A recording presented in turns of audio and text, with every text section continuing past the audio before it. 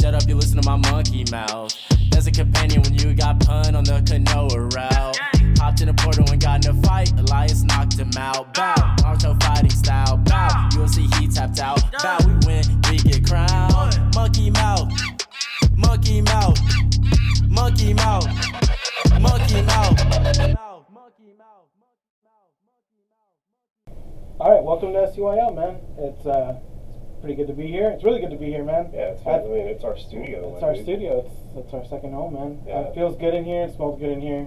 Everything was great. We ran into another person who's Emily. Emily. Okay, we ran into Emily. She's a reader. She does tarot cards. I'm thinking, right? Yeah, I mean, I'm not entirely certain. So she does readings, whatever that reading may be.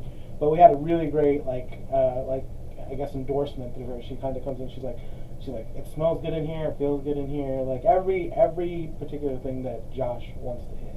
Yeah. And the core meaning of what Monkey Mouth is and what the studio is really came through. So welcome to SUYL. Welcome to Monkey Mouth Studio. And this is my co-host Josh, and this is me, Elias, and we're coming. It's number 19, right? Yeah, we're coming at you with SUY number 19, and it's fantastic. That feels great. I got told to shut the hell up so we can save some of this energy for SUYL because we were talking about $830 million jackpot for the Texas Lottery. That's insane. Or the Mega Millions, not Texas Lottery. That's insane. And so he was essentially telling me the best way to retire my sister, my brother-in-law, my mom, and my dad. And of course, not myself so much, because any money that I would want would essentially go back into making Monkey Mouth the roaring... The dopest fucking lion. thing on the planet. Yeah, exactly. Like, it'd be the dopest thing on the planet. Yeah, literally.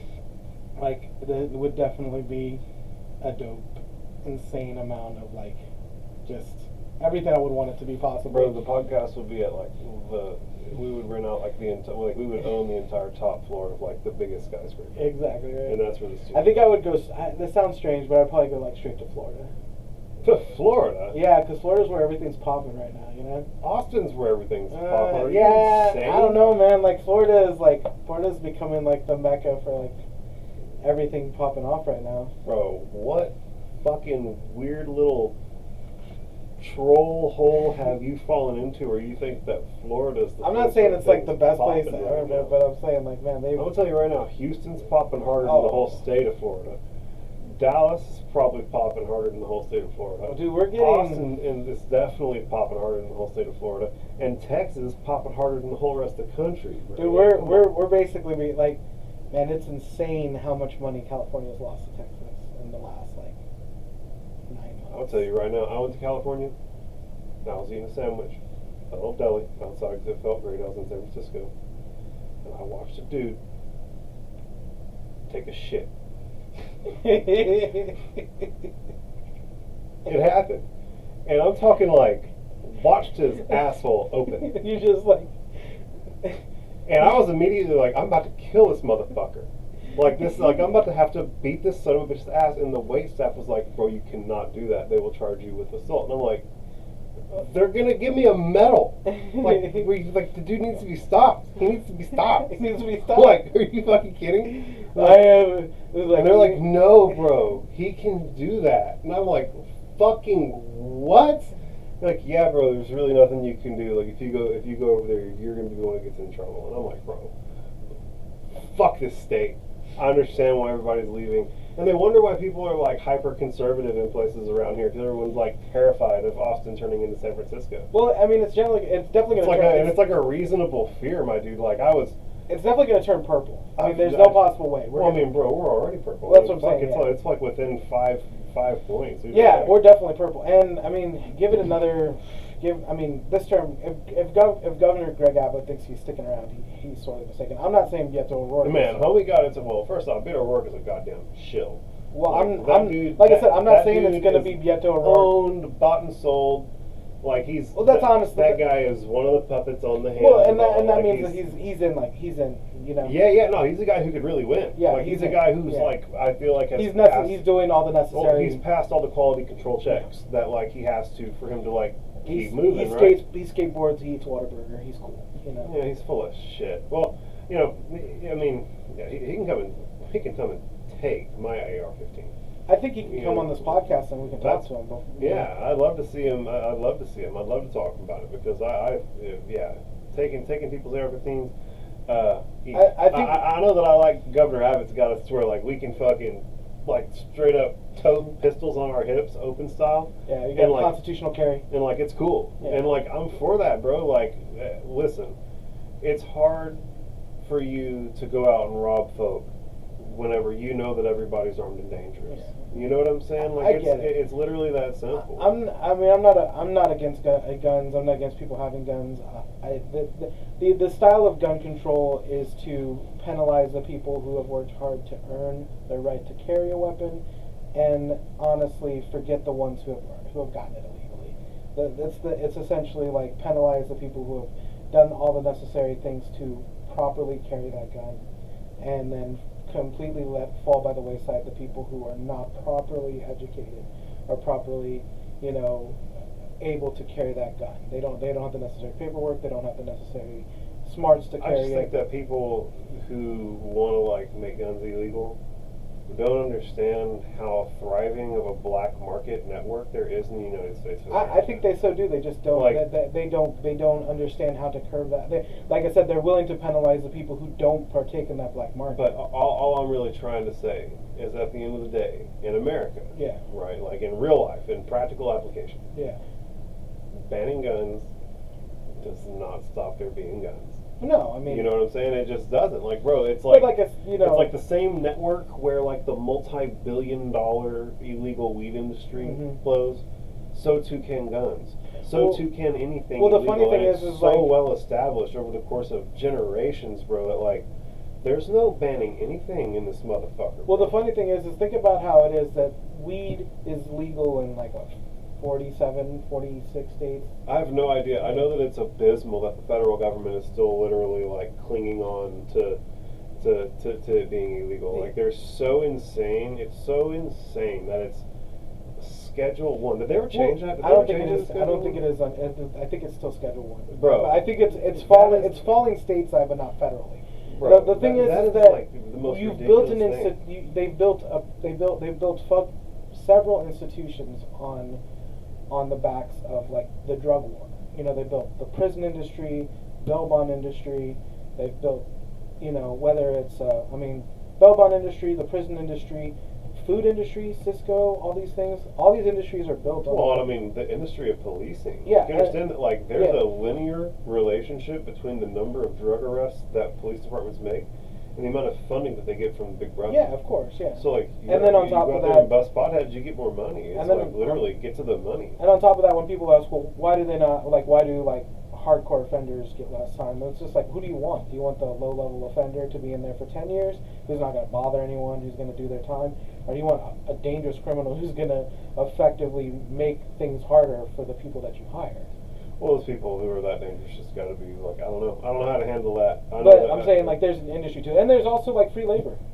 That's slavery. It's just slavery. Because slavery with extra steps. Yeah, it's slavery with extra steps. It's like, and I'll tell you what, I've never been forcefully put to work. I've never seen anybody forcefully put to work in the prisons. I've always seen it to where it's like, you want to be a trustee, you can go get 2 for 1, you can go like fold laundry, or you can go like work in the fields. Like even in Del Valley, you can go work in the fields. They got fields. Your ass can go work. If you want to. You know what I'm saying? Like they have places where like they make like the license plates for the state and shit. Like, but that's all like the good. That's all like the good prisoners. The guys who like have effectively earned the trust that like I'm effectively on the road to rehabilitation, and I'm gonna go like chip in and make the system work better and prove that I can do that, so that I can essentially do something.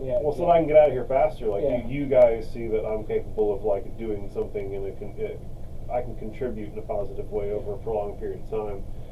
I can go out into the world and contribute in a positive way over a prolonged period of time. It's like the reasoning, right? Like I understand the process of being trustees and like why it works, but I also like throw flat ass out. I ain't got no real problem with.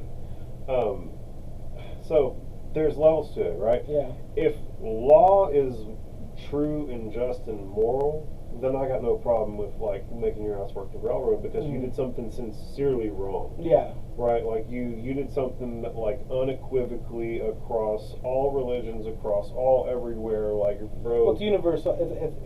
Like you've crossed some It's universal universal, laws. yeah, You know what I'm saying? Like everyone knows you're a bad guy. You're going to jail, and like at that point we need it to be like a strong disincentive. And like if the disincentive needs to be manual labor, that's what it needs to be at the end of the day. But whenever you're locking guys up because their fucking driver's license is expired and they can't afford to get it renewed, and whenever you're locking people up because they can't afford insurance on their vehicles, and whenever you're locking people up because they can't afford their child support, you know what I'm saying? Like, these are all like non-violent crimes and stuff where like it's all kind of skirting the line. It skirts a constitutional. Well, it's definitely stuff where people get punished for being in poverty. Yeah, right? well, Like, I don't think that anybody poverty should is a crime. I mean, throughout anything. I mean, throughout any level, you notice that the poverty is a real crime.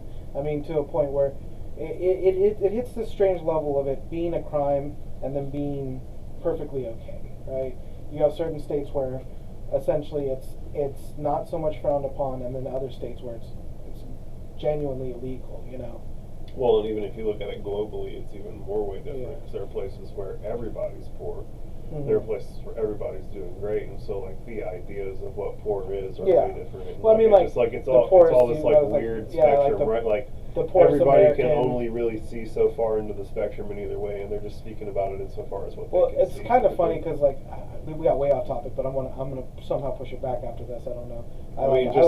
That's a fine point to stop. Let's get back to topic A. Yeah, but I remember watching like a clip of I think it might have been Gutfeld on Fox. I know you don't know who that is, but he was like genuinely upset that poor people had cable and television and air conditioning. It's like, and you can do without these things, and you don't need these things. Christ. And it was just like, and these are luxuries, and I'm just like, but the fact that it irks you that poor people are essentially just getting creature comforts. Well, God forbid that they try and live comfortably instead of invest in the stock market. Yeah. God damn. And so I don't, not that Gutfeld is probably ever going to hear this. I hope he does. But not to particularly throw that.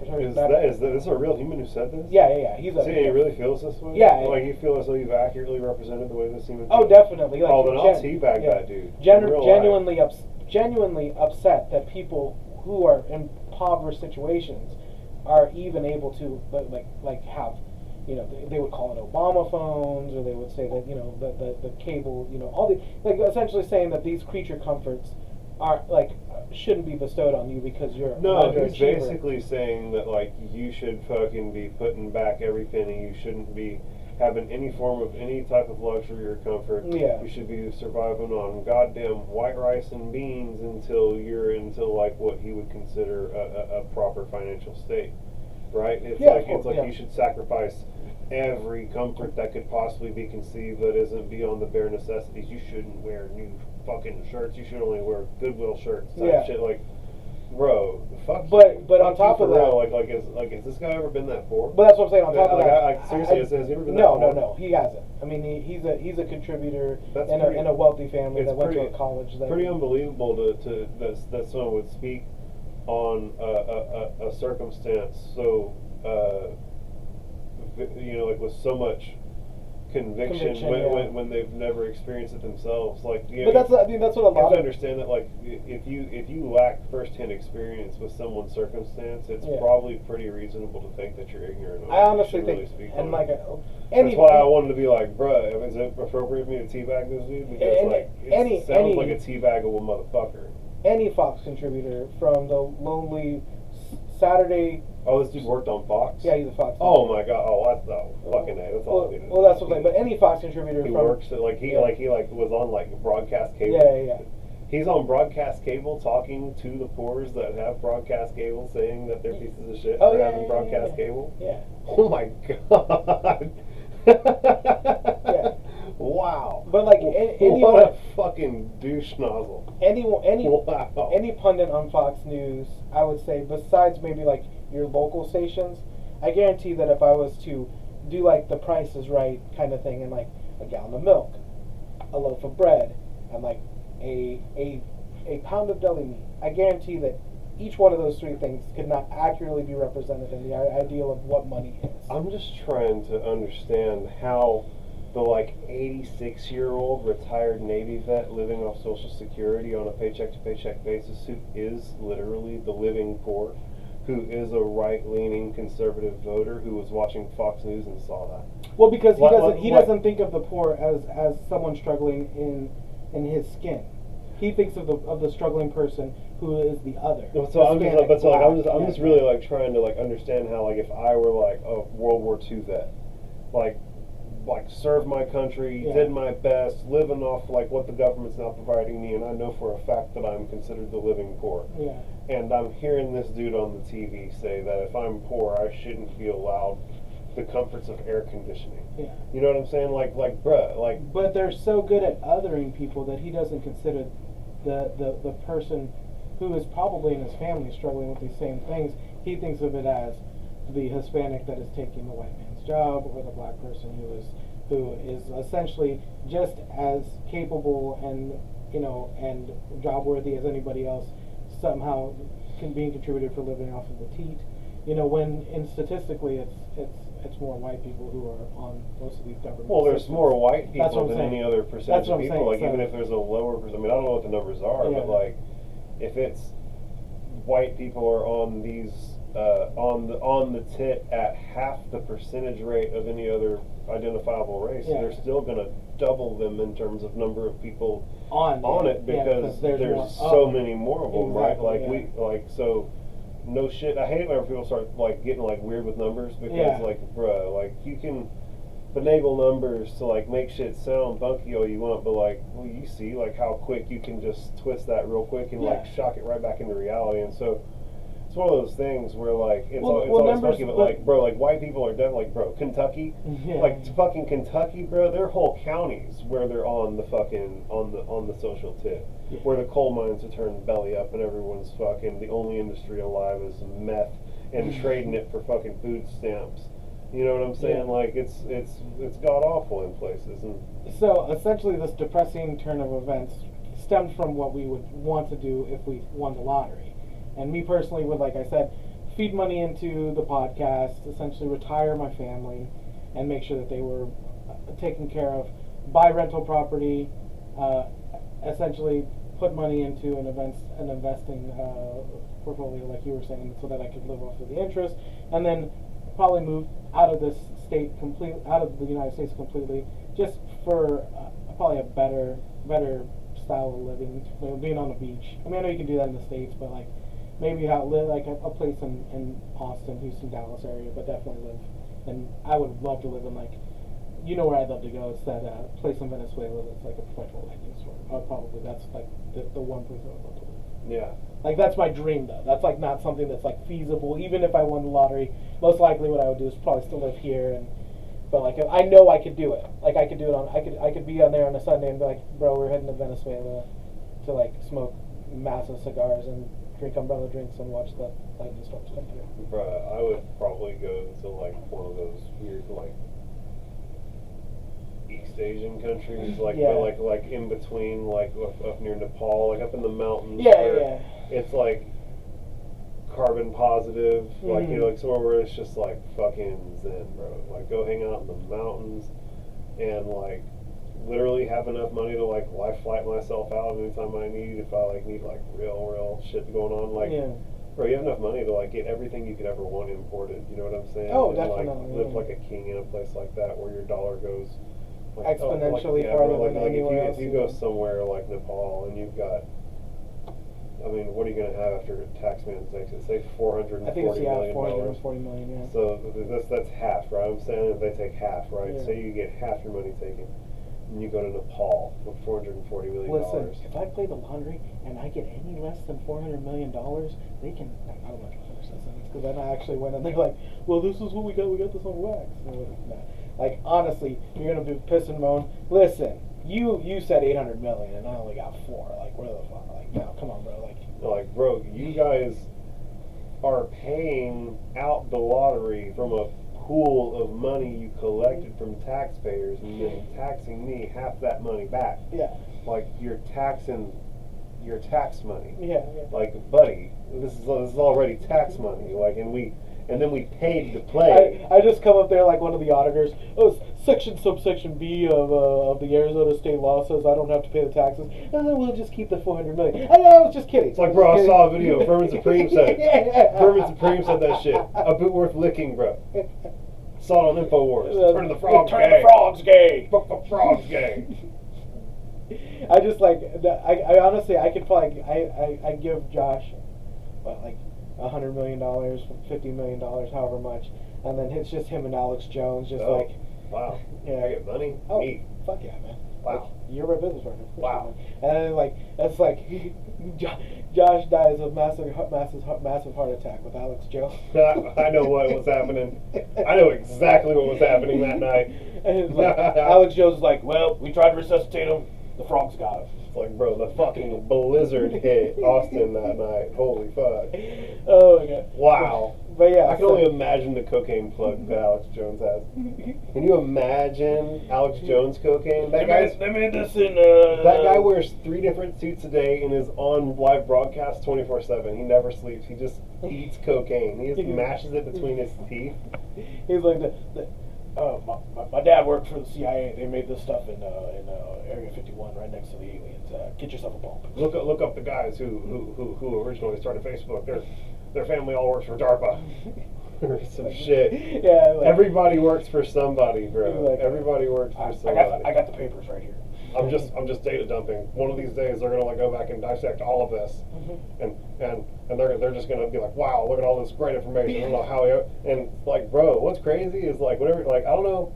It's like there's a lot of bullshit that goes through the InfoWars like main channel, but like whenever he goes to Joe Rogan's podcast, the shit that he says and that they look up is always verifiable, and I love it. And he's like just pulling this shit out of the fucking ether. It's just like pure cocaine and alcohol fucking madness, and it just is verifiable. Like they verify the shit. It's so crazy. It's just Jamie over there. Yep, he's right. Yep, he's right. Except for whenever he starts talking about the fucking global elite being smoking DMT and talking with fourth dimensional reptile gods. There's no way to verify any of that. But like, again, he says some like real shit, zinger. real shit, zinger. So yeah, like, I mean, I definitely, there are real, like, I'm of course joking with a lot of the stuff, but I mean, there's real positive things that I would essentially want to do, which is, you know, like I would honestly love to have a true blue, like, something that is not going to buy any produce that is not in season, does not delineate from out of season. If the pasta does not come from this area, if the fruits and vegetables does not come from this area, it does not pass the qualifications of being in this particular,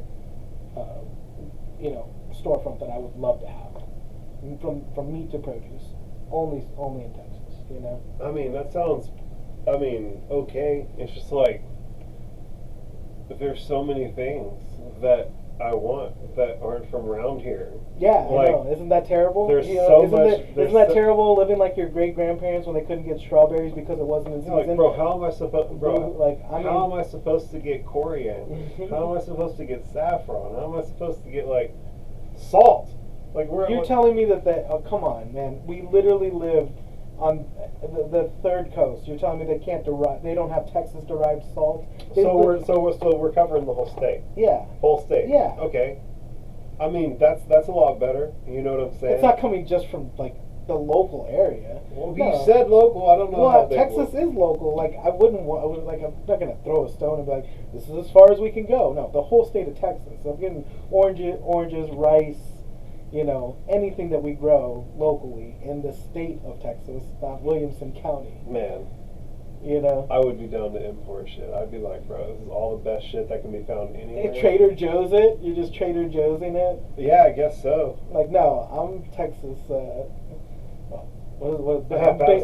call it Big Sam's Texas-only shopping. Pun's Produce. Pun's Produce, there you go. Man, that's a great idea. I'm telling you, bro. I mean, it would be awesome. And then, like, me and my mom. I'm telling. So my mom wanted to do a soup kitchen. And I was like, 10% of what comes in goes straight to your soup kitchen. I love that. Yeah. So I have to get this off my chest. Get it. So that someone listening can either fund me to do it or do it them fucking selves. There's a problem with the grocery stores these days. Yes, They won't even serve you anymore. You have to hunt down customer service reps if you can't find a product, or you got to get on a fucking app and go hunt it down. Yeah. Then, if you want to get checked out, there's only 2 lanes open where people are actually serving to check you out, and the lines are literally into the produce section, and you got to get asked by people to move so that they can shop the fucking bananas. Or you check yourself out. I'm telling you right now, if you do that, that is work. That is 1099 work. I'm telling you, it's literally defined as work. Like, they used to have people there paid to do it. It was a paid thing that people got paid to do. People have personal shoppers.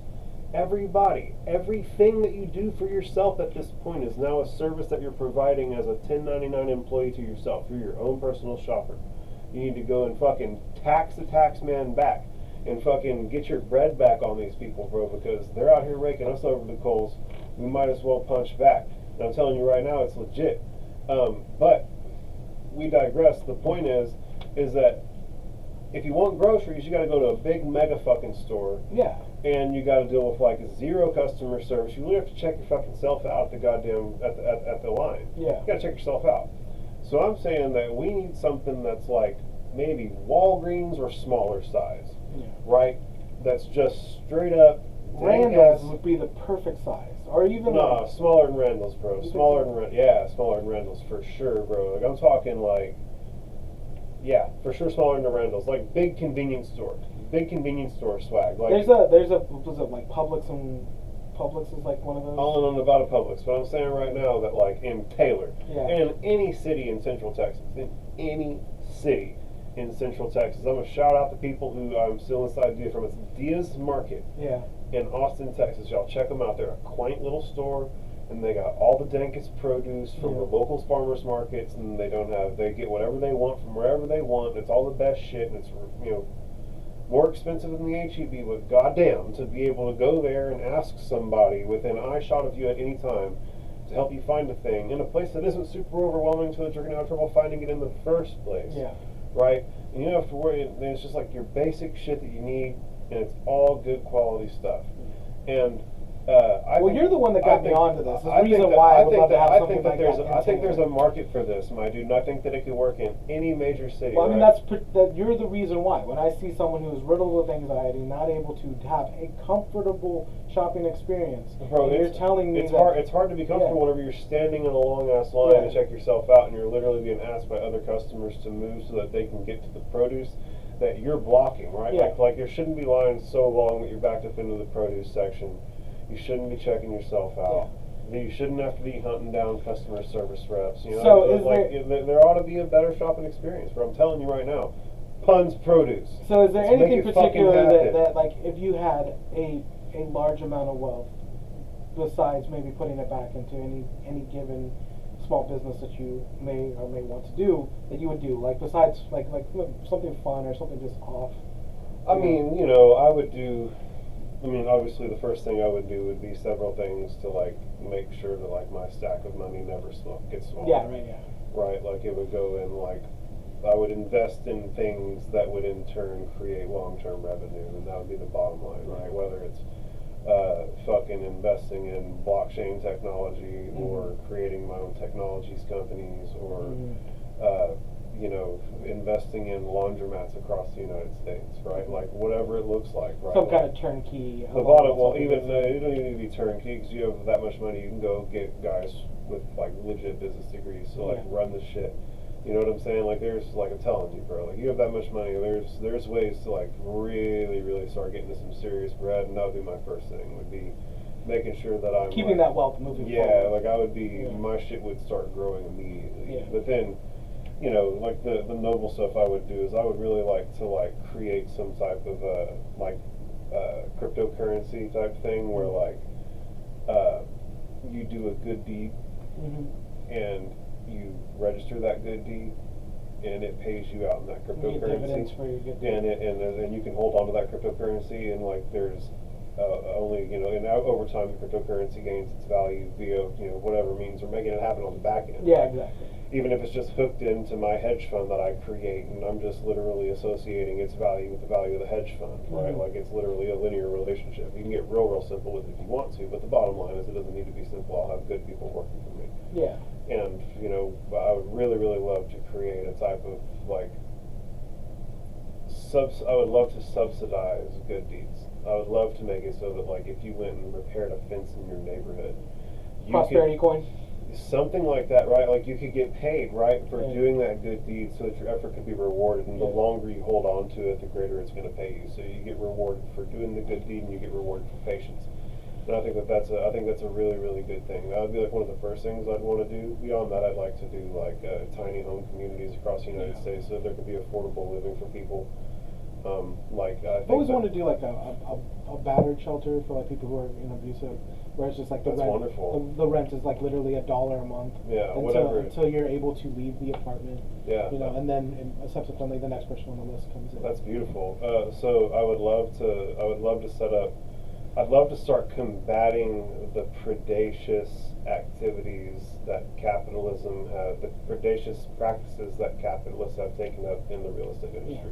Yeah, definitely. Like, one of bro, those the real estate industry has gotten way out of hand. I think that they're going to definitely have to like regulate these people better in order to like preserve people's ability to actually afford housing in places. Like, it's getting way out of control, and I think that one of the main things that we can do is start providing like more basic, independent housing, and so that people can actually get out and have their own space and their own stuff, and it be affordable. and somehow building up some sort of foundation that could essentially keep your hedge funds from coming in and buying whole swaths of communities. Yeah. I mean, Literally building up legislation to stop that. yeah, I mean, something needs to happen, right, where, like, people are coming in and buying up all the land. Like, it's going to get to where, like, no one can own land anymore, and that's Yeah. very impolite of corporations to do. Is, like, the bottom line, like, I don't know where I stand on it morally or ethically, right? Like, at the end of the day, they got to make business. And, like, it's an odd deal, right? But, like, I know that at the end of the day, I feel like the land, it should be prioritized that individuals can own it over corporations. I think that should be the priority. I saw it on a super micro level, where like essentially one guy buys a building in Taylor, Texas, so that he can just use it as like a tax write-off, you know, and then it's essentially owned in like Bixby, Arizona, and like a P.O. box number, you know. And it's just left to dilapidate. Yeah. Yeah, And it's just like because it's worth it to get the write-off for his entire portfolio. Yeah, exactly. It saves him $1 million a year, and it costs him $30,000 a year. Exactly, To do yeah. so, And he it's nets $970K a year, like a dick. Yeah, and so like That's bad. who owns that? Oh, well, we never saw him, but this is his LLC or his DBA or whatever it is, and it's essentially like, you know, Arizona somewhere, and then you go and like look it up, and it's just like I said, it's like a PO box or just like a building. It's nothing. It's just Nothing, it's yeah. just a rich dude. Yeah. Yeah, using it as a write-off. Yeah. On the subject of what I do with the cash, though, there's one other thing I'd really like to do. I'd like to start an organization called Building Bridges. I like that you already have, like you do, you definitely are someone who is in marketing and who knows how to run a business, because you have these things pre-planned out in your head. Continue moving forward. I apologize for Well, so you start with where you are, and you start with where you want to get, and then you work one step back from that, and one step in. Yeah. And you keep working your way back and forth, right? Yeah. Until you know what it looks like at the end, and what the last few steps to get there are. And you know what it looks like right now, and what the next few steps are. And before long, the like path between the two starts to illuminate, right? And you just have to like make it happen. Make it happen. And yeah. so, I'd like to. It'd be bridges that take you where you're going, not to sleep under. Mm-hmm. And I want it to be so that we could like go out and like. So I have an idea, right? And it's that if you are someone who is in fact perpetually homeless, Yeah. there's one of two things really going on. You're either suffering from some form of mental health Yeah. thing. If you're suffering from some form of mental health thing that debilitating that you're habitually homeless, you're disabled. Mm-hmm. Okay? Most people don't realize that. Mm-hmm. Okay? We need to get these people into temporary housing so that they can get an address, so that they can get an ID, so that they can go start applying for disability, and so that because the disability is going to tell them no. They're going to have to wait 2-3 years for that, right? Insulate them for that 2-3 years so that these people can start getting the help that they're actually due. Right? Most of these people that are that sick, either don't realize that they actually do that help, or are too sick to realize that they're sick enough to qualify. Yeah, there's right? definitely like two scary hands that shake each other, Well, right? the other thing is that either you're financially unqualified, Yeah, you're definitely- you're professionally unqualified, and like you need some form of like money training and some form of like professional training, and I think that those things need to be part of this as well, right? Where like A trade school for adults, almost. A trade yeah, school, where like yeah. we'll teach you to blow glass, or we'll teach you to fucking twist wrenches, or we'll teach you to do anything, something where you can go and like Well, actually in all make honesty, some money. the right? best thing you can do is like you could tell somebody, listen, we're not going to give you the keys to success. We're going to give you the opportunity. The keys maybe will show themselves in time. But if I give you a weed eater, a blower, and a lawnmower, through you taking the exact steps you need to build up a lawn care company, these things will come. Yeah, well, and like I can help guys make businesses. Like I've already coached several dudes across the nation in having their own successful local drone service provider companies. Through my work with drone dispatch, whenever I'm trying to like help build guys up into being like successful and reliable long-term local resources for me in particular I think markets. that And so it's nothing, bro, to like help somebody like create a thing and make it profitable. I've heard that the trade schools are coming back, which is nice to hear. Not enough of them. I hear that they're coming back. There's some in the Austin area and local larger communities. I would love for there to be in these smaller communities, Taylor, Bartlett, Georgetown, Louisville, anywhere that I would hope that we could start getting trade schools back in action. Well, you got to understand that in rural communities are going to be the places that want to go to trade schools. Yeah. Like, can you imagine if there was an actual legit trade school here in Taylor? But I think there is. There was. I don't know if TSCC. I don't know if there still is. I know that. I mean, the bottom line is that people from all the surrounding little small schools would love to come there. It's not got to be a huge institution. The problem is that colleges have been institutionalized and been turned into like profit machines. And well, like I was saying, there's two all ugly. there's two hands that kind of shook each other with the whole mental health crisis. It was, and a lot of people. This isn't a hot take. This is what everybody knows. You know, in the Reagan administration, he basically cut a lot of people off from being able to get the proper mental health care they needed. And then it subsequently fed into this larger problem of the medical industry. And then you also have a lot of issues with, like you said, adults and certain people not being educated properly and then being perpetually in debt. And then on top of that, people with the mental health problems, for it just being a vicious cycle of constantly being unhoused or unemployed or unemployable, you know. Yeah.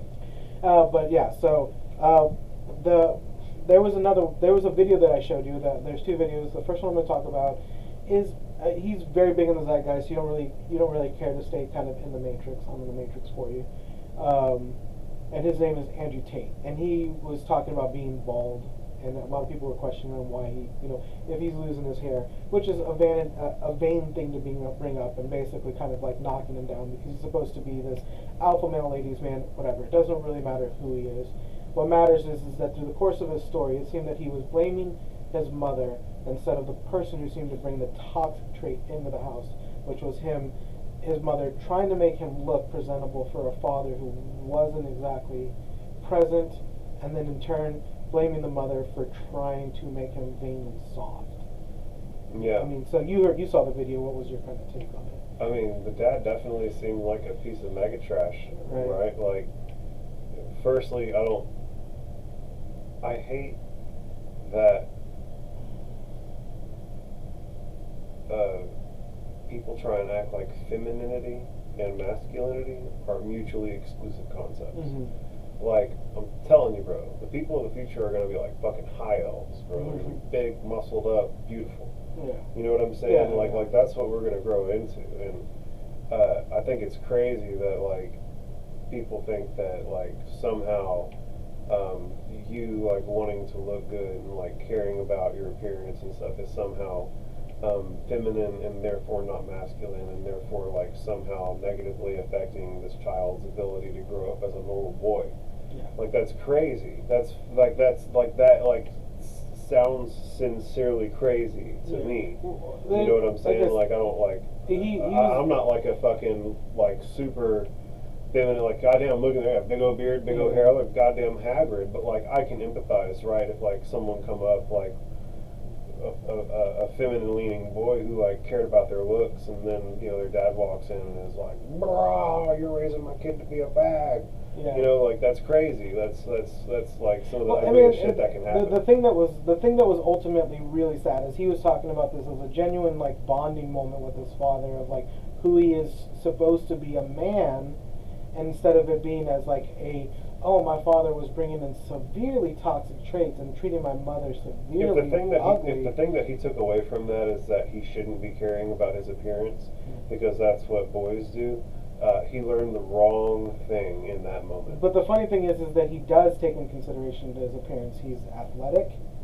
He's constantly oiled up. He's constantly trying. He's talking about how attractive. But he what's is as a man. happened? But what's happened is that he's learned that there are certain things that are okay for you to be considerate of, and it still be considered masculine, Yeah, right? Like exactly. like caring about having big biceps would Yeah. be like a masculine form of self-care, right? Yeah. Like of like trying to achieve a look, and that wouldn't be like gay, right? Yeah. And so like that's what he's done is he's gone and explored the like boundaries that his father thought were okay. Placed upon him. Yeah, and his, Not knowing that his dad gave him a sandbox and he Yeah. can play in for him to try and make himself look good.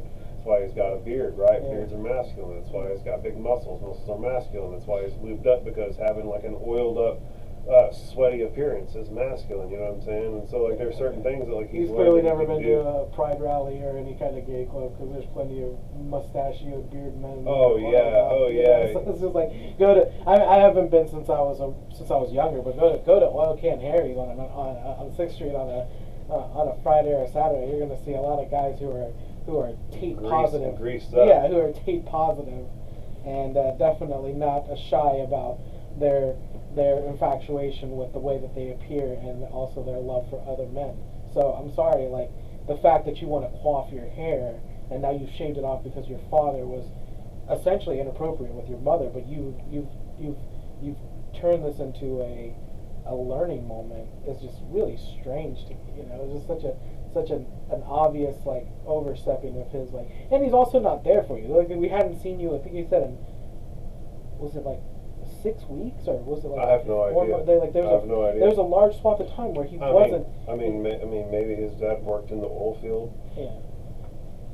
I have no idea. Yeah, there were good reasons. Yeah, there was a large know? swath of time where he clearly wasn't around, and I have she no said idea. that in the course of the video, she's like, "This is why your outbursts are the particular reasons why we are not together." In that video. Yeah, I mean, you know? yeah, no shit. No, you're being a fucking crazy ape. Yeah, and no one's gonna jive with that. So so that that was just kind of one of those stranger kind of things that I thought was really interesting that I would enjoy talking more about. But That's a wild concept, man. Yeah, there's definitely this other. So I'm not going to say his name, but he was employed with my father at one time, and they went fishing, and I showed you a video of this guy. He was having essentially a insulin deficiency that sent him into having a he went into insulin shock. Insulin shock, yeah, he went into insulin shock. So his insulin deficiency sent him into shock, and they thought that he was having a mental breakdown, and they essentially roughed this poor man up so much that now he's in the He hospital. like wouldn't get out of a car Yeah, while he's yeah, like yeah, sitting there yeah, seizing. yeah, They think that exactly. he's just like being there, sitting there mocking them. Yeah, or something. exactly. And so they essentially beat this man to a bloody pulp, and While he's having a stroke. While he's type having- shit, yeah, or while while he's he's- having a seizure looking ass, like sitting there fucking convulsing with Yeah. with having an insulin shock. Yeah. And so this actually happened to my family. This actually happened. So the gentleman who worked with my father, they went fishing, and my dad had never seen someone with an insulin deficiency. So he literally sees this guy pull a little black box out, look for a vein, put the insulin in, or look for a good spot. I don't know exactly how it works. Holy shit. Look for it in, and then he puts the shot in, and my dad's like, "Bro, if you're gonna like do drugs, could you like have me a a little, heads yeah, up." like have a little like, give me like a yo." He's like, "No, you moron, this is insulin," and he's like, "What is insulin?" Like my dad's not gonna. Well, like, this is how long ago? Man, I was probably 12, 13. Yeah, so this is 20 years ago. Yeah, yeah. Like, so people might not have known necessarily No, yeah, of what course, yeah. insulin was off the top. Like, I Yeah. feel like the average American these days will know Yeah, what of course, insulin but, is, but like the average person 20 years ago Yeah. might not have understood what insulin was Yeah. off the top. Yeah, so my dad was like, "Well, okay," and so he's like, "Well, no, I get an alert. The alert tells me my blood sugar's low, or I have this or that, and I know what time it is to take my insulin." And then I feel better. Well, so apparently him being out in the heat and him being walking and all this stuff, his blood sugar wasn't regulated correctly. So we get to the house, my mom cooks. I even remember what it was. It was like chicken, mashed potatoes, green beans. Just your average, evening Hearty family meal. Hearty family meal. And he just like, his eyes go glassy. And they're having a conversation, but his eyes go glassy. And then he stops making sense. And he just keeps saying my dad's name over and over again. And then he grabs a fistful of the mashed potatoes with his bare hands and slaps it into his face. And my dad's like, you're being completely disrespectful. Like, what is going on with you? My dad is trying to have a coherent conversation with the man who's going into insulin She's shock. like, bro, why are you smacking yourself in the face with fucking mashed potatoes? Yeah. And so he's like literally trying to eat, like trying to get, because he knows that this is the necessary thing that is going to boost my blood sugar. I cannot coherently, communicate with. He's just trying to shove food in his mouth to save his life. Yeah, exactly. He's trying not to die. And so then he gets up, he lets out this wail because like he cannot consciously speak. Busts through my sister's door, and my sister's asleep because, like I said, this is like late in the evening. They come back from fishing. Busts through my sister's door, falls on her bed, and starts convulsing. My dad, doing everything he can to keep composure, grabs him from the ass, jeans, from the shirt, and like pulls him out and throws him out the door. Not realizing like, what's going on. He's like, bro, you just started acting crazy. Yeah. Just threw mashed potatoes in your face. Yeah. Ran into my daughter's room. Yeah. Leapt on her bed and started wiggling and jiggling. Bro. What the fuck? Yeah. And so he's like grabs him from the ass, grabs him from the shirt, throws him out. My mom's like, there's clearly an issue. Like he's not. She sees he's not in his right mind. Yeah, he's not in his right mind. So like, it's Granger. It's a small town. So cops immediately show up. One of them being, I think he was he maybe not a lovey, but he was essentially a good old boy. He was one of the boys from, and he essentially like grabs my dad, and my dad's like this is the guy. This is my house. Yeah, this is my house. And like he's like I get it, whatever. He's like, but he goes, he goes, I'm just trying to control the situation. He's like, let go of me and control the situation over there. So now they're shouting. This guy's convulsing. A second cop car pulls up, tries to take my dad in because it's Granger. He's brown. It only makes sense. Like he's the robber rouser, right? And so of course my mom, knowing the cops, was like, hey, you know Lee. He has nothing to do with this. So then essentially a cop that comes up that knows my dad was like, like what are we doing here? Like, why are we essentially like, having this man over here when there's clearly a man convulsing in the bushes? Like we're all not seeing the bigger picture. We're only seeing what we assume to be something wrong here. Yeah. And so he's like, and we're not paying attention. So they grab the guy. They put the EMS comes. They put a insulin pill under his tongue. Boom, he's out of it. Did I kill anyone, Lee? Please tell me I didn't kill anyone. Oh, I'm fuck. so sorry. Boom, like that, out of The it. moment it went into his tongue. Yeah, just like out of it, like boom. Did I kill anyone, Lee? Please tell me I didn't kill anyone. That's I'm nuts. so sorry. That's fucking nuts. Yeah. So these things happen, and I hear it more times now because these men, these children, 19 to 20-year-old children, are not being trained properly on what a mental health crisis is. So they essentially think a mental health crisis is going to essentially hurt me, when more than likely they're essentially going to hurt themselves than you. Like my dad is perfectly capable of protecting himself from a gentleman. And this guy is big. He's not small. He's perfectly capable of getting this man out of the house, taking care of what needs to get done. But you have you have three large components. You have a white man in a brown person's house causing a commotion. A brown person being surrounded by local cops who don't white cops who aren't essentially looking at the bigger picture of like, oh well, how did this brown man? They showed up and made a snap judgment. Yeah. They saw a brown guy at the place where we just got a call. That's the guy. Yeah, exactly. And it's essentially like, no, this is my house. You're not paying attention to the larger picture, which is good. I mean, because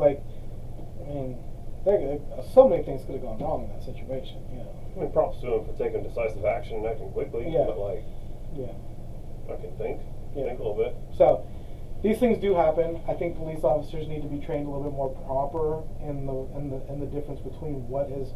But yeah, like they roughed up like a 70-year-old woman who had Alzheimer's because she stole, I think it was like something that was like $9, and they essentially broke her leg and arm, Jesus You know? Christ. And it's just like, this woman doesn't even want to leave her house anymore. When do you how do you... Well, how do you essentially get to those steps of body slamming a 75-year-old? Yeah. What essentially can that 75-year-old do to you?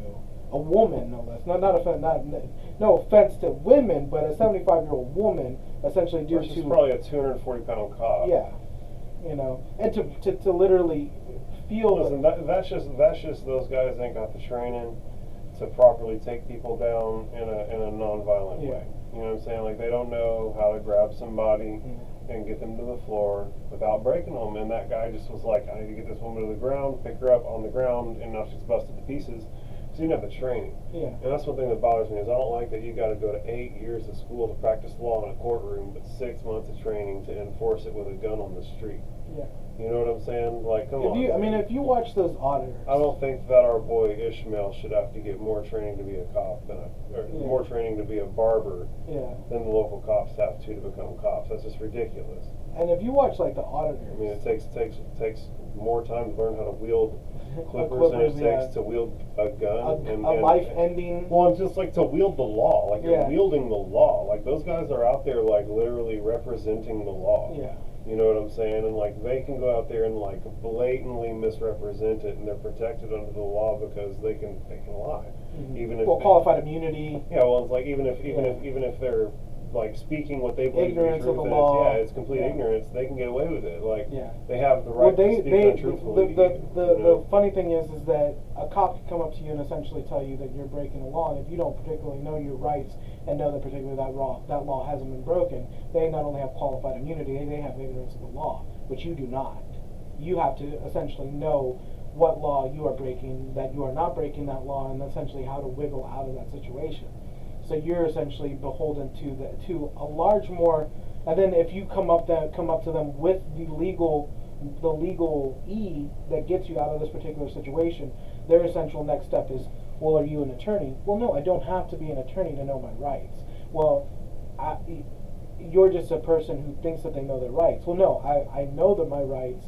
Now you're essentially locking me up or blocking me from essentially producing the proper terms because you say that I have to be an attorney. You don't have to be an attorney to know the law. Well, I mean, my question to them would be, are you an attorney? Yeah.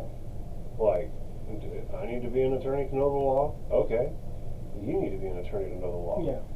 Like, yeah. And it's also one of those things. Like, don't try and undercut my character and invalidate what I'm saying whenever I can literally undercut your character with the exact same question and invalidate what you're saying in the exact same way. Like, you just neither of us are worth shit. Yeah, and so last but not least, I want to tell you on here because I think it's pretty cool. So I shared a video of this young lady. I don't know if she was lip syncing, but whatever. She wasn't lip syncing, but she was essentially talking about her relationship versus relationship goals. This young lady shares it. She's a counselor for relationships. She ended up thanking me. I asked her if she wanted to be on the podcast. She said yes. She'd be down to do it. Oh, neato. I haven't heard anything else from it, but hopefully we'll move forward on actually having her on the podcast. Neato. You know, so essentially we'll cut through this real quick and we'll just kind of see where we both stand on this. She was essentially saying that that she was in a friendly relationship with a male companion, and then over a course of time she wanted to move forward to be in an actual relationship and no longer a friendship. And so her best idea to fast track this relationship was to deny what he craved so much, which was companionship. And then so she was like, I want to be your significant other. I want to be in the relationship, and you enjoy my companionship, but there is no label to this where I feel comfortable giving you my time and companionship, which you enjoy. So now I'm going to essentially deny you this until you come forward and say I need it. I don't particularly think that was the best option or the best way to handle it, and I feel like she was saying it all worked out positively for her, but I don't think that she didn't ever. This person who we're going to have on the podcast? No. She's the relationship counselor. She was just sharing shared this a video. Like some heinous shit that went down. Yeah, well, whatever. I don't particularly know her stance on it. That's what we're going to talk to her about. She just shared the video. Whatever her stance is. Well, so here's my thing. Yeah.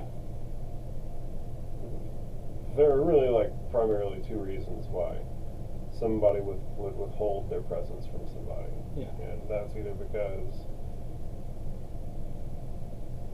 they know they're not going to be able to get out of the relationship what they're wanting or needing, and going over there and going through whatever motions isn't necessarily serving what they need to, and like it's just not worth it, right? Like, Yeah. it's hurting. I want to be in a relationship. You don't want to. Every time I come over, like we don't get to smash, and that fucking hurts my feelings. Yeah. Like I'm tired of having my feelings hurt, and so like I'm gonna like stop. And like if you like want to get into like a real relationship with me, then like we can. And like that's a very like healthy but selfish thing to do, right? Like you gotta look after yourself, right? Like you can't just go over there and like keep doing a thing with somebody because they like it, even though it's hurting you, right? So like protect yourself and do right by yourself, right? Like if that's what's happening in that circumstance, and then that person realized, oh wow, I really would rather than be around, and then it all turned into something beautiful, then like dope, right? But like if they were like narcissistically trying to manipulate somebody and be like, oh well, I know this person really likes me, but they're pussyfooting on getting into a relationship. They have reservations X, Y, and Z, and so I'm gonna force their hand and make them do this because that's what I want, and this is how I believe I can make it happen. Like that's like an intentional narcissistic manipulation of someone's feelings, and that's a very impolite thing to do. And so it really all comes down to me to intention. Right? Like, are you trying to like do right by yourself because you care about yourself enough to do that, or are you trying to manipulate somebody because you want them bad enough to do that? And if you're doing the second thing, then you're like a pretty ugly person.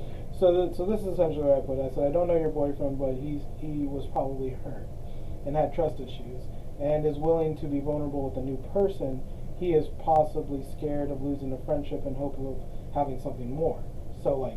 Essentially, yeah, I like your companionship, but I'm keeping it on a friendly basis because either I was hurt before I hurt somebody or whatever, and I don't particularly think at this time that neither of us are probably mature enough. I have no idea what his reasons are. Yeah, no idea at all. But the bottom line is his reasons are his reasons, right? Yeah. Like if he didn't want to get into a relationship at the time, that should have been respected. Yeah. You know what I'm saying? You shouldn't have manipulated that person into or have an adult conversation. Yeah, like have an adult exactly, conversation. Like well, I mean, again, that's not a manipulation. That's what I'm saying. That's like a straightforward like shot. You know what I'm saying? Like you're shooting your shot, and that's a respectful thing to do. But to sit there and try and like manipulate somebody by withholding something that you know that they hold dear, so that you can get something out of them potentially, is ugly. Like there's no way to spin that that's polite. You know what I'm saying? So like I said, it comes down to intention. It's either she's narcissistically trying to manipulate that fella, or she's like sincerely trying to protect her own self-interest. And if you're trying to protect your own self-interest, that's cool. Like wish that we could strike a healthier balance. But I think that there was probably a better way of going about it. She particularly thought at this time and space that she was in was like, this is most advantageous for me to essentially take something that he holds dear, which doesn't seem fair to him. But she's like, I know that if I take this, it just seems. If that's what she's doing, right? Like if what you're describing is what she's doing, then that person's definitely a dirtbag in Josh's world. Yeah. Like, and I have no problem like going out. Well, I honestly wish I could see. I don't wish I could see. I honestly want to know particularly why it was so advantageous to withhold intimacy when you could have just had an adult conversation. Why was it so advantageous to be like? Well, because so she may have already had the conversation, right? Like she knew that he didn't want the relationship, and you only know that whenever you have conversations, right? So like maybe she had an indirect conversation. Would you ever want to get into a relationship with somebody? And he's like, nah, I'm not in relationships right now. And so like now she's like, okay, now I know that dude doesn't want to be in a relationship, right? So like. Didn't necessarily need to be direct, and maybe she just assumed, right? Like maybe she did just assume. Yeah. I don't. Again, these are all things that I don't know. These are things you don't. These are all unknown unknowns. Yeah, they're unknown variables that you're working. They're known unknowns at this point. I know that I don't know that. Yeah. And so there's no telling, right? But again, it's either one of like two things really, and what he has going on again, no matter what, even if it's a shitty reason, even if he's just like, I don't like her, she's fat. You know, even if it's some shitty fucking reason, like, but it's his reason. Like, the heart has reason that reason knows not of. And it doesn't, you can't help what sends your heart aflutter. And if someone doesn't send your heart aflutter, then you shouldn't get into a relationship with them. You know, and that's like the most, like, a basic fucking human advice I can give to somebody on relationships. And so, you know, it seems like, you know, whatever, they're in like a happy relationship now, and like cool for them. Like, I'm happy that I want everybody to be happy. Oh yeah, right? right. Like, Yeah, at the end of the day, if they found their happiness, like, cool beans, right? I just think that like it wasn't a necessarily pretty tool that was. I think it's kind of funny because there was like, could have been less ugly. I think there's like, I know we gotta cut it off here, but we really don't. We really don't. Like, we can fucking record a 5-hour podcast we want to. Fucking, motherfuckers can turn this shit off. Yeah, but so there was this really funny video where it was just like, he's like, you know, essentially like, you know, like, how the fuck did my grandpa even do this? Like, when he goes, I literally have a conversation with my grandpa. He's like, how did you meet grandma? And he's like, I saw her at the grocery store, and I went up to her and I said, you're gonna be my wife. And 2 weeks later, I took her to go get an ice cream, and then we were married, and we had your father. And he's like, and he goes, simple jackass. And he's like, no. He goes, first off, I can't marry someone after only knowing them for 2 weeks. He goes, I got to go through their Instagram and through their Facebook and through all their social media, and then maybe even he goes, I get to spend an evening with them at the restaurant and see how they are going to be there. He goes, and then after that, he goes, maybe they'll invite me in a house and I see how they live. He goes, and then maybe, he goes, we decide that we're compatible with each other. He goes, but with Tinder and the whole host of other dating sites, he goes, I don't ever see that being a possibility. He goes, but you asked grandma to an ice cream. He goes, and now y'all guys have three children with grandbabies. He's like, with grandchildren. He's like, it doesn't work that way anymore, Grandpa. Well, it's like, it could. It's just, you're gonna get fucking divorced, probably. Like, yeah.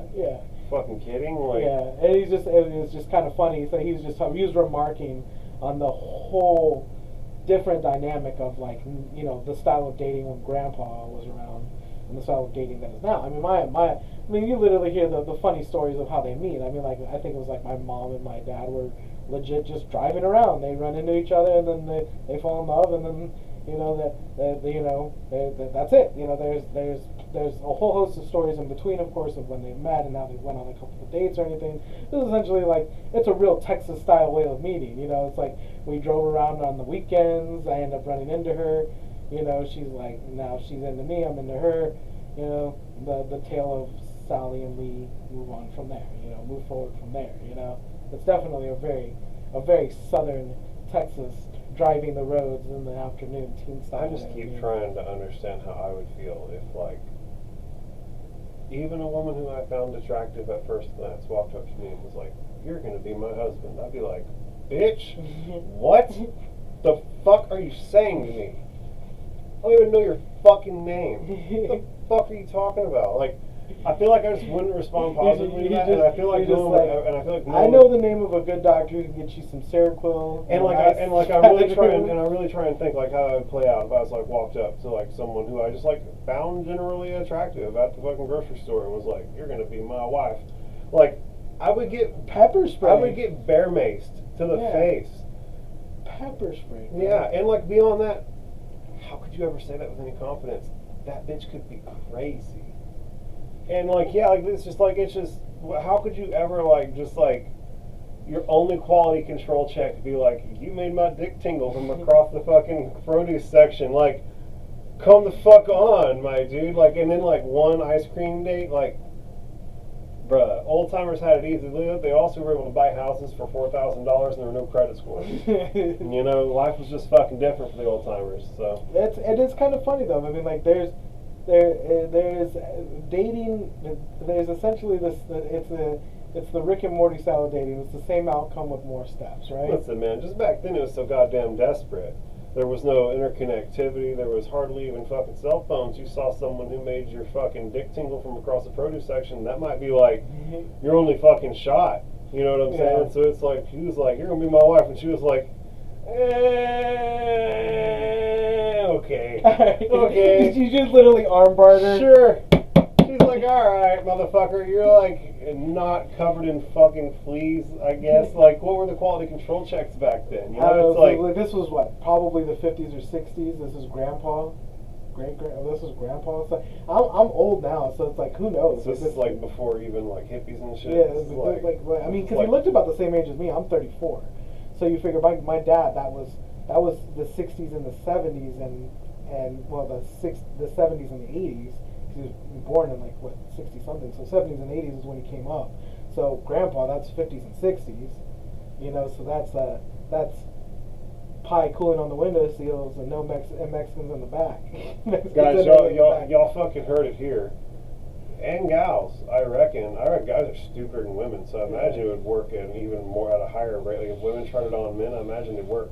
So y'all just start telling people you find generally attractive at the fucking grocery store and the gas station that they're gonna be your spouse. Oh yeah, that's for real life. smart. Just like I'm go listening for to it. this podcast and I'm just gonna shoot my shot and then just get pepper spray. It's like, man, it works for Elias's grandpa. It wasn't my grandpa. Pun gassed me up. Let's fucking do it. Hey, you're gonna be my wife someday. It burns. It's gonna be fucking ridiculous. I hope that.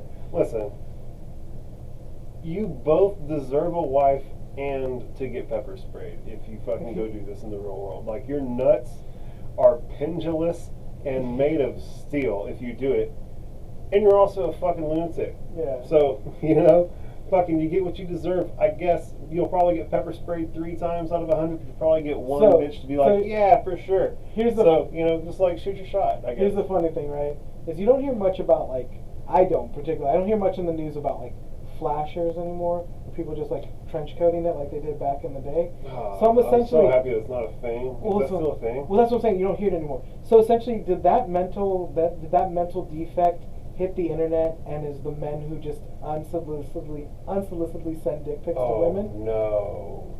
Like that's where my mind goes, right? Oh, you're probably right. You know, it's like those same creepy guys who are like trench coating it, because I don't hear trench coats, and you don't see the trench coat douchebags who are like pulling it out in the park anymore. So it has to be that same like that impulse control problem that was around in like the 60s, 70s, 80s, and 90s, you know? Bro, if you send unsolicited dick pics to women, you're a fucking creep. Well, you're a super creep, bro. Like, yeah, you're like the creepiest of creeps, bro. And then the real problem is that's what I'm saying. Did that essentially move off of like did that territory move? It had to have. If they're not doing it anymore. Well, you don't hear about it anymore. Yeah. I'm sure it probably happens, right? But if it's not happening, I mean, if it's only like the rate has yeah, if it's not a thing that's really happening anymore, then it definitely just moved to the internet. Right, and it's for just sure. like It's in your inbox now. Yeah.